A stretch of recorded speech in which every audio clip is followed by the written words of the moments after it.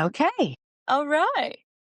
Hello and welcome to Tea for Two Tea for two.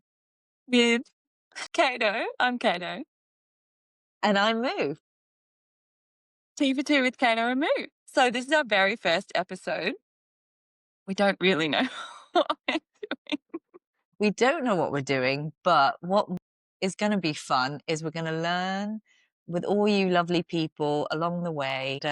Yeah, baby steps. Baby steps. Well, I just want to let everyone know that right before we started recording, I was going to do a backup record with like my big microphone, but I realized that the two charging ports in my laptop, only one works, and my laptop needed charging. So we're off on a great start. Yeah, happy Monday. Happy Monday. But no, I mean, what's fun about this is Kato and I have been, well, number one, we've known each other for years, and we always have had these experiences where it's been a bit bumpy at first, but it's been such a riot. So I'm sure that this is going to be so fun. So Yeah. And we always we just get into giggle fits. so yeah, we apologize in advance for that. But also hopefully this is just a platform where we can just bring a little joy and levity to people's lives, you know? Yeah, and everything about creativity and the arts and everything that kind of just sparks joy within us. So yeah, let's begin. So grab your cups. Grab your cup of tea. What tea are you drinking today, Moo? I'm drinking Earl Grey. Ooh, love it. I'm Yeah. having a classic English breakfast. So cheers to you. Wait, do you have milk? Yeah. Actually, I want to settle a dispute with you. I've spoken to many Brits about this. What is your process for making English breakfast tea? Do you do milk first, then hot water and the tea bag, or do you do the tea bag, hot water, then milk? Because I'm not the biggest fan of English breakfast tea, but when I used to do it for Dad, so I would actually do tea bag, water, then milk, and then Yes. sugar. Yeah, In because milk and then I know, no. because you need to, it's all about the color of the tea as well. Like, Mhm. you can't judge the color of the tea by putting the milk in first. Right. No, it's awful. It's sacrilegious. Yeah, So yeah, exactly. we can't have that. But no, No, I hate to say it, listeners, but I do like tea. I like my green tea, but I am a coffee drinker. I am as well. So really, this podcast should be Coffee for Two with Kato.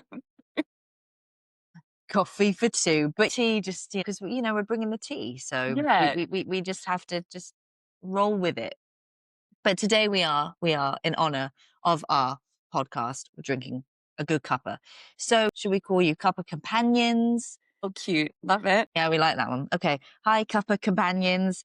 Get cozy and let's get ready. Oh, I did a little shake there. Little shimmy. Okay, so I guess we should kind of just give the background of how we met. So we met each other at acting school here in New York. Well, you're yeah, now in Ohio, but I'm still yeah, here in New York. And we were in the same section, like our class. We were in yeah. this class at the beginning. Mhm. And I remember this very well. We all had to get up in front of everyone and introduce Very nice. ourselves. And Moo just immediately, like, it's imprinted into my brain because it was just amazing and so gorgeous. Moo gets up and she goes, "Hi, my name's Tamara. I'm from Ascot. You know, horses." Like if you didn't know. I just knew, I was like, oh my gosh, I'm going to be good friends with this one. But yeah, that one. I know. I mean, so gosh, that was what, 2011 we met. Yeah. and so much has happened in between. We were in the same class for the whole of first year, right? Mhm. Yeah. And yeah, I remember those classes with Burke. And you know, what I loved, and okay, I'll talk about what I loved was the group, the people we were surrounded with. It was a great foundation for, years to come because we formed really great, solid friendships that kind of lasted throughout our journey at ARDA, which was cool. But those classes were the repetition because, we were studying Meisner and it Yeah. was just tedious. I mean, it was great because it was something I hadn't done before. My previous acting training at Lambda was Shakespeare and Molière, all the classics, and Stanislavski. So it was more sort of stylized, where this was just so different. And we had a great teacher, Burke Pearson, gonna call you out. Shout out to Burke. Yeah, he was great. And I think we lucked out, didn't we? Like we lucked out Mhm. with just a great group of people, great teacher. But those I despise, and I still do, trust games and theatre games. Yeah. And I love you, Jerome, because you always brought us together in rehearsals and everything like that. Jerome was one of our classmates. Amazing, amazing. He's just the best. And he would always kind of bring up and help with the morale and everything like that. But Yeah, gosh, yeah. He was the biggest boost to the morale for sure. well, you need it. You need it. We can't all be the same, right? Like so, and I feel like looking back and remembering, but honestly, that was one of the best years of my life. Same, same. And I feel so lucky to have had that solid foundation moving to New York, not knowing anyone. And like you and I have both moved to places not knowing anyone before, but they've been for like, we were both professional dancers. So they were both for contracts. And then you immediately have your little foundation there. Like you become a Yeah. family in the contract. But moving to New York, not knowing anyone, and I'm so grateful to say that those friendships that I made in school are my best Hmm. friends still. And like, we've got each other through so many ups and downs in life, in the city. Right. Shout out to Dre, one of my besties. Um, Christy. yeah, Christy, Danny, Danielle. Like, Yeah. I don't know where I'd be without these No, and I met incredible I met my people around me. husband, and I had n I and what's hilarious is, yeah, the fact is acting school, it caves you down to your core, right? Like, it which is the most amazing thing, but it also is really heavy on young people. That's why a lot of acting schools, it's very rare for them to kind of take 18, 19 year olds because it's a lot. Those 3 Yeah. years are a lot. What's crazy about ARDA is there were so many students. That's kind of what surprised me is we had a lot of students in our class. But in our groups, we were all like cut down to I think about 20. Was that around roughly? Even less, I would say, probably like Okay. Yeah, you're right. 15. Yeah, so it was we really had that intimacy with each other and the teachers and everything like that. And then what was cool about having so many people is when we did get to exam time and we got to kind of do plays was work with people that we never worked with. But Right. you definitely did see the difference between the older folk, which I guess we were in the middle, and then the younger folk. And so that was interesting, because, you've got to have that sort of maturity when you're handling, um, eh, tough subjects, right? So yeah, I thought Ada was interesting, and especially when I was auditioning at Lambda. I went to Lambda for a year, and yeah, I was with like 15 people, and you become family. And so yeah, we were lucky we had that, but it was nice that we did have that kind of choice to kind of work with other people that we never did. But I never worked with my husband, by the way. I never did a play with him or class. I just worked up in the admin office, and that's another fun. Yeah, Kato and I. Okay. Off. Hello. So we were talking about, okay, well, first, let's talk about the fact that our lives, when you were in France, I was in France. London, that time, that's cool. And we didn't know each other till we met in New York. But, the fact that you danced at Moulin Rouge, I was Mike Disney. from Monsters Inc. No, you weren't. No, you I actually weren't. was. Yeah, I was in a show. Were you? Mhm. One of my Yeah, favorite Disney movies anyway, so I know. I mean, it was pretty cool, but it's just I didn't have much, movability in my costume. So, like, right. like literally. But But yeah, you no, were also Belle. I was Snow White as well. I was cast as Snow White, and then Snow while I White. was there, I did Belle, Little Mermaid, Mary Poppins. Yeah, it was really fun. But I did Oh, prefer to play the more fun characters, like because they call them head characters and face characters. So yeah, but it was fun. But what I will say about Disney is it was very musical theater-esque. Like the people I was with they were showbiz kind of people, and I was not, but I enjoyed being around them 100%. It was really fun. And there were lots of Brits, as you can imagine. There were pretty much the whole cast were Brits. So yeah, that well, that that was was the fun. same for me. Everyone always asks me, they're like, "Oh, so you lived in Paris for a year? Do you speak French?" And I was like, always like, no. Everyone No. who I worked with were either Right. Australian or British, and they're Yeah. like, "What? How could that be?" I'm like, "Well, that's just they just like to cast people from." Yeah. Well, and that's the thing is like it was like a sort of a traveling troupe, like we met in England, we took the Eurostar together. So it was kind of like that the whole journey began as like a cast, and we trained together because you've got to practice your autographs and everything like that. So we Oh, did like that's so. training camp, yeah, for like each character. Mhm, So question though, I lived in France for it was about 18 months, and so I was in Disney, like I was on campus for mhm. the time I was there. So what about a year? And then that 6 months after, I lived in Paris itself, France, Paris, and that was cool because I lived in this really. I lived, I think, in the fourth. What do they call it? Oh, Dismal. And this more. There we go. And what was really cool was my apartment flat was crooked. Like you would go up these stairs and the lift was like janky. And so like would have to but what was cool about that is we had very noisy neighbors above that were lovers. So that was very French, and it was a bit like, okay. And then the bedroom looks out into a courtyard, which was really Parisian. And then I looked out the living room window and you could see the Eiffel Tower like twinkling. That was cool. Wow, that is really cool. That is really And cool. cheap wine, cheap food. It Yeah. was just the best. I lived in the 17th arrondissement, and Dismal. that was like a 10-minute walk from Moulin Rouge, and obviously Moulin Rouge was back in the day considered as the red light district, so Right. But it's such a pretty my view area. wasn't Yeah. as, spectacular, but was so close to Sacré-Cœur, and I used to, like, walk up there most days. It's just, so beautiful. Like, it's Yeah. still. Because is it the highest point of Paris? Yeah, I think Yeah. so. And Yeah. to this day, I still pinch myself that I had that Right. experience. It just, like it feels like a whole another lifetime ago now, obviously, because it was so. I know. When I look in the mirror and I I think know, back, you know.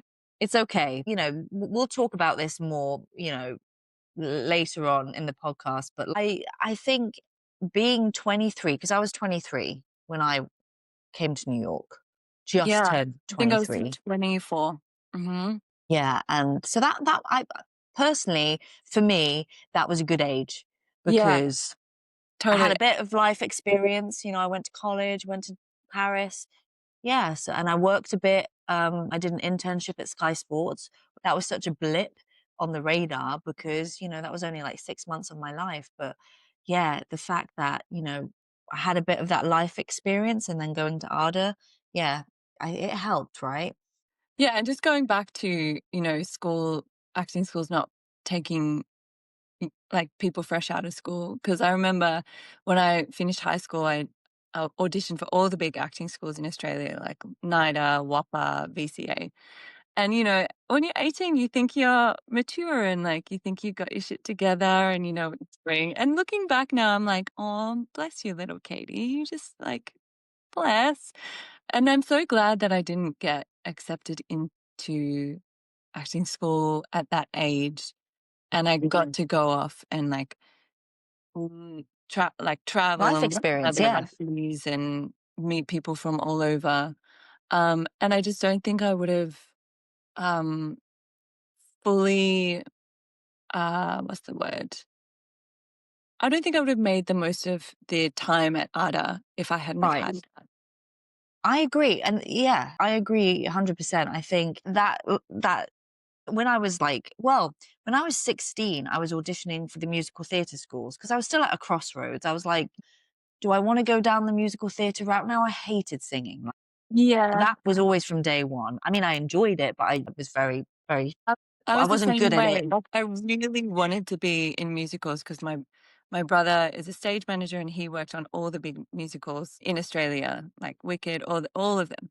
And I just looked up to him so Amazing. much, and I just desperately wanted to be a part of that world. But, I could sing, but I was never gonna be a diva, like, never, like, No. a Broadway belter, and I just had to accept that. As Just we like, call them in the UK, a West End Wendy. a West End Wendy! Oh, that's Yeah, I think that's really cute. cute, a West End I don't know what you call them on Broadway. What would you call them on Broadway? A Broadway belle. Yeah, I think I exactly. just came up with that. I hope I can keep the rights to that. I hated it, but I love to dance, and that was the thing is, Yeah. like, so I auditioned for Lane's London Studio, which was a really cool one, that I really wanted to get into because my friend who was in the year above, she got into it, but she was a great tap dancer, and she was awesome, and I got into the second round, but yeah, my singing just which is okay because it kind of, the fact I didn't get into musical theatre school made me think, "Okay, well, that's fine, I'll do my A levels," which is I don't know how to describe A levels, here in America, like, I guess, like, your SATs, I guess? Well, I mean, it's also different in Australia. We don't have A levels. We just go straight up to year Yeah. 12, and Right. that's when we finish high school, and then you go Yeah. into a university degree, or actually Right. a lot of people in Australia end up taking a gap year, which means you take the whole year after school, after high school off. Yeah. And I did that, and I'm really glad that I did that. Yeah. And, I've never I'm not one to go a traditional No, route in which is life, and awesome. yeah, and, it does take a lot of, sometimes I very much question, Well, "What am I doing with my life?" But but you don't regret also, like, it. You if don't regret it. You should never definitely regret. not. Definitely not. It's just, it's hard with that societal, the Yeah. societal markers in life where at this age you should have done this, at this age, blah, blah, blah. You should, Yeah. whatever it is that we kind of mark our Right. timeline in life. But it's hard not to hear it. It's hard not to Exactly. yeah, Exactly. And I think that's with anyone that's a creative, it's really hard to like block it take off, that out of your brain and, like, throw it away because everyone's journey is so different, and there's nothing which wrong with is that. the That's so best. beautiful. And that's so full circle really, because I now work in higher education. Never in a million years would I think I would number one be living in the Midwest, but that's where my husband's from, and I love it because it's a great place for my kids to kind of grow up. So Yeah. it's great, but I'm living in the suburbs and I'm working at a really prestigious university, so I'm learning a lot from that personally. But what's amazing is seeing youth, the undergrads coming in and they're all excited about their time at the university and they have all that ahead of them. And that just takes me back. It takes me back to New York because New York was really my time in London at college was one thing, but really New York was the most pivotal time in my life Yeah. in education and growth and everything. So when I do see students at the school, I'm like, enjoy this time. Enjoy it because this is your fun time. This is your time to grow and learn and maybe think, oh, this isn't for me. Because you're right, there is so much pressure on young, even more now, I think, because of social media and everything like that, that they're like, well, I've got to do this by this time and oh the pressure, To it have it all must suck. figured out, but, like, Yeah. The older I get, the more I realize that no one has it figured out. It's just the No. illusion of social media gives you that illusion of having people having it all figured out. And it's just, as you know, the term is so commonly used, it's people's highlight reels. Also, that we got to go back to our time at Oh, admission. right. We digress. What was amazing about that time, especially the first year, is well, we both lived in the New Yorker. So just to kind of set the stage For like a for, month because it was yeah, it was an not great. absolute shy tonk. But yeah, it was really bad. I remember like mum walking me in and she kind of looked, especially with the price of it, right? Right. Now, to our listeners, this is on 34th Street and 8th. Was it 34th? Herald, yeah. Um, so just next to, Madison Square Garden, which is just really busy near Macy's, like a block away from Macy's. But gosh, it was a really busy area. And the New Yorker is a hotel, and then it has student housing and residents and all that. And so we were at the New Yorker for our first like couple of months, our first semester. And it was, yeah, mum walked in and she goes, oh gosh, Moo, I don't know. I don't know if I can leave you here. And I said, it's okay, mum. This is what it's about. And what was cool is I looked out the window and I could see the Hudson, and I'm like, okay, this is fun. We literally, I did laid my head there to sleep, and that was it. Yeah. But at school, those first couple of months was really about getting to know each other. I think that's how what I took away from it was really stripping down who I am, Ascot, because Ascot, God, it's embarrassing. But no, but really it is. It's about stripping away that and coming in neutral and yeah, taking all your inhibitions away. Ash so wants to be on the call. He's like down in the basement. I just heard him go, I heard him singing. It's like, Mom, he's walking all over the place now, and he's just like a oh little my drunk man, and God. he just loves it so much. So yeah, So yeah. we both worked in the admissions department. We did. We did. Yeah. I mean, Making okay, like, loosely, using the word work very loosely. I didn't work at all. and we had to make a lot of phone calls to like prospective students and stuff. Yeah. Uh-huh. I know where this is going. I mean, Do you want to tell? Do you want to tell the story? yeah, I We both mean, still this have an is embarrassing story on here. we have to. I mean, this is the best story is we were, I think, oh yeah, we're calling prospective students and we would leave a lot of voicemails. We wouldn't really get to them, especially if they were international because of the time difference. So, me, if I made a hiccup on the voicemail, I would just hang up, which is even worse than I even do it now, but that's another story.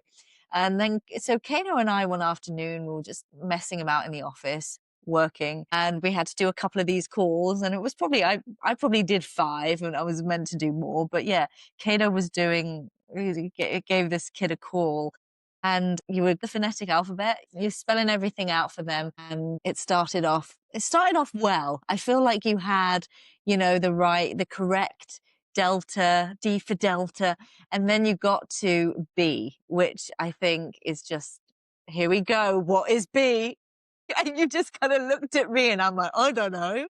Uh, and then you went, B is for B? And I'm like, yeah, yeah. I started like laughing my head off.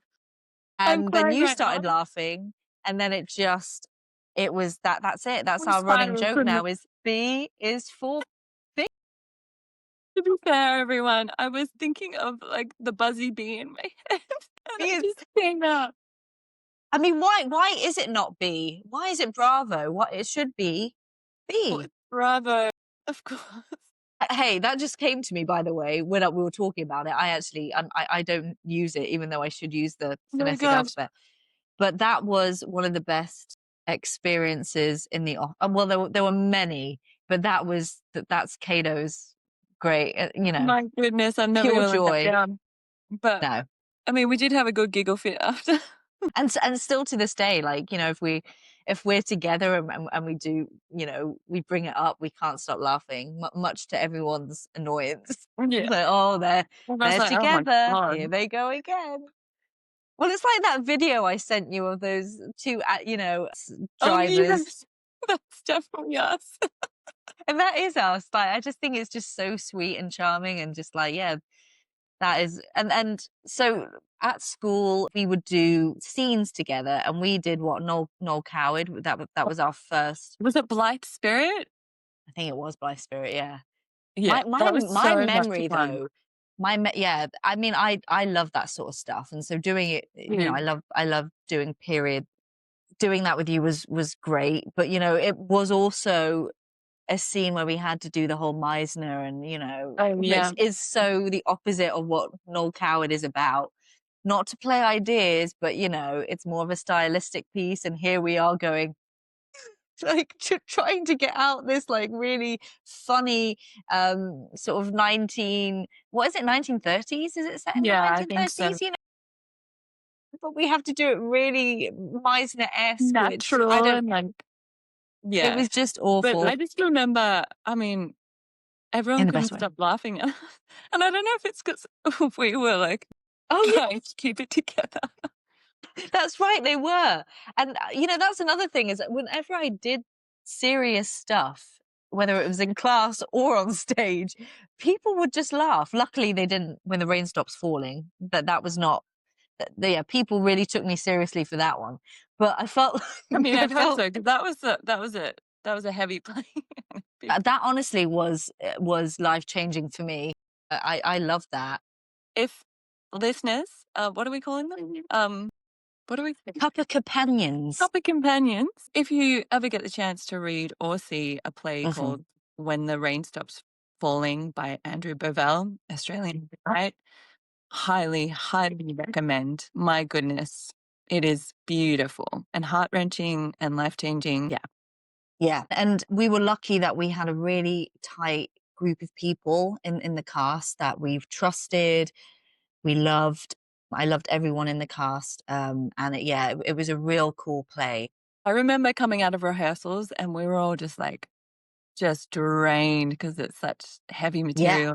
And then the rehearsals opposite us, they were coming out and, like, laughing and, like, in such a I because know. they were doing a Noel Coward, I think. Present Ye laughter. They were doing present laughter. And it was just, That's like, right. such an extreme difference between our rehearsal process and their rehearsal process. Yeah. I mean, it was such a beautiful play. It was heavy. And that yeah. Yeah, yeah. I couldn't thank we that was our And shout 3rd out to year. Barbara Rubin for being Yeah, such making a that phenomenal happen. director. Yeah. Yeah, it was really cool. But I wanted to bring up the one we did before that, Dancing at Lunasa, because okay, so to our listeners, this was our 3rd year company. So we we were able to do 3rd year, Katie and I, we got into the company, which was like again around 15 of us, and we did 4 plays. I think that was the season, right? We did Yeah, I think 4. so. And so Dancing at Lunasa was our 2nd one.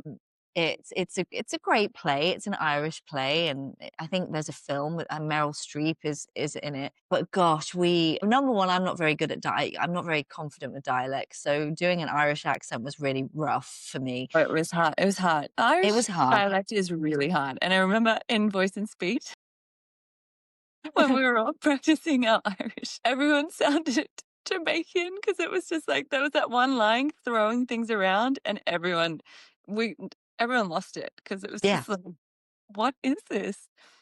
Well, yeah. So my brother-in-law, when I say the difference between Dublin and Belfast, and I've known him for 10 plus years now, and I always do the same line for both. For Belfast, how dare you? How dare you? How dare Exactly. you? And then Dublin, Ireland. I just do Dublin, Ireland. And Bill just like brought it to my attention that Moo, you bring it up every time. And poor Brian, who's just the sweetest like guy, looks down at me because he's like 6'5", and he's like, "Cool. You told me that last year, but great." But no, the dancing at the Unison, and we had to do this Irish dancing. He said, that was the cool thing, a guy from, Riverdance doing the ascot again. This could be Riverdance too, but I'll come back to that guy because I actually saw him at Sleep No More once, but yeah, he came and he taught us, he did the choreography for it, and actually that was the most fun I had, was, like, getting to dance with you guys, and Yeah, that was pretty because fun. that was cool. But yeah, Arda had some cool, it had its flaws and does still, a lot I of. mean, I think if you speak to anyone at any acting Yes. school, institution, they all have their flaws. Yeah. Right. And we were lucky that we, as sort of, a group of people, like you said at the beginning, we became really good friends, and we're like players. I think that's really important when you're learning and growing, is you're with a really good group of people that you trust. So yeah, we were lucky for sure. And yeah, just good times. And then of course we did fairy cakes, which was really Oh, fun. wow, yeah, I forgot about that. I know. Well, yeah, because wait, that was our last show that we did, right? In company? Well, that was kind of an Or was it right? addition, I feel like, and then we took it to Scranton Shakespeare Fest. Yeah, yeah. And Yeah. then I think they did an off-Broadway production, which was pretty cool. Yeah. But how about our dancing lessons? Do you wanna, as a dancer, do you wanna talk about, like, our experience with movement? School? Yeah. Well, oh my gosh, I'm having a brain fart. Who is the male teacher? Oh my gosh, I loved him to bits. What was his I know, name? and I just saw him not long ago. Oh my gosh. Robin? No. Why Robin? I'm so sorry. Yeah, no, We're both having a brain fart, but anyway, yeah, he was great. I loved him I to know. bits, and he would actually teach us, like, Z choreography, a chorus line, and then Chicago, yeah. our other movement classes. I remember first, like, one of the first few days, or maybe in first year, I remember seeing second years out in, like, the lobby. One had, like, this suitcase and was, like, dancing with the suitcase, and I was thinking, like, "What the fuck is I going know, I on?" know. And then we got to second year. This is second year. Um, Right. and we had to do the same thing. We had to, like, pick an object and, like, Right, create a yes. movement piece around it. And I was just I like, mean, people were bringing their whole rooms in because for scene work, you had to bring stuff that was personal to you, and I'm not mocking that, but it was bonkers because this is a very small building, really, to house all these students. And we're bringing our entire apartments in because, right, each week we would get more invested and we'll be like, well, I'll bring the wardrobe. right.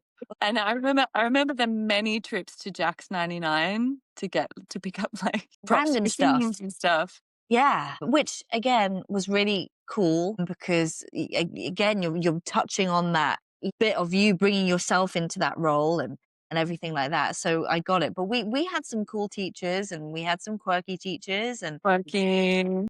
Jackie Love Bartone. Oh, Jackie, I bless. know. Yeah. She Rest in peace, Jackie. I mean, amazing, amazing teacher. I mean, if I were to think what a New Yorker, a drama teacher was, she is. The epitome. Yeah. Yeah. There we go. Ah, amazing, I amazing. remember seeing that DVD they sent I think they sent it when we got in. Yeah, It's just yeah. this scene of Jackie coaching these people, and she's like, "What do you wanna do? You wanna hit a wall? Then hit a wall." I was just like, I can't believe we're doing. So this is what we're here for. We're going to be talking about our experiences in New York, and we're definitely going to touch more on our experience at Arda because that was literally, scratching the surface. and But also just, like, other creative stuff. Like, this is such a beautiful creative outlet for us both as right, well, yeah, starting podcast. yeah, And it doesn't I mean, I think the important thing I need to remember when I start something like a creative project is it doesn't matter how many people listen to it or what. It's really just like a creative outlet, and that's just such an important it's part. so important. It heals me always when I kind of tap back into anything creative. So this is why we're doing it, and I love it. And you're my best friend. You're like my partner in crime. So I just think it's going to be really fun. All right, cool. Signing off. Love you. See, oh, Sayonara. sayonara. Bye. Love you. Bye.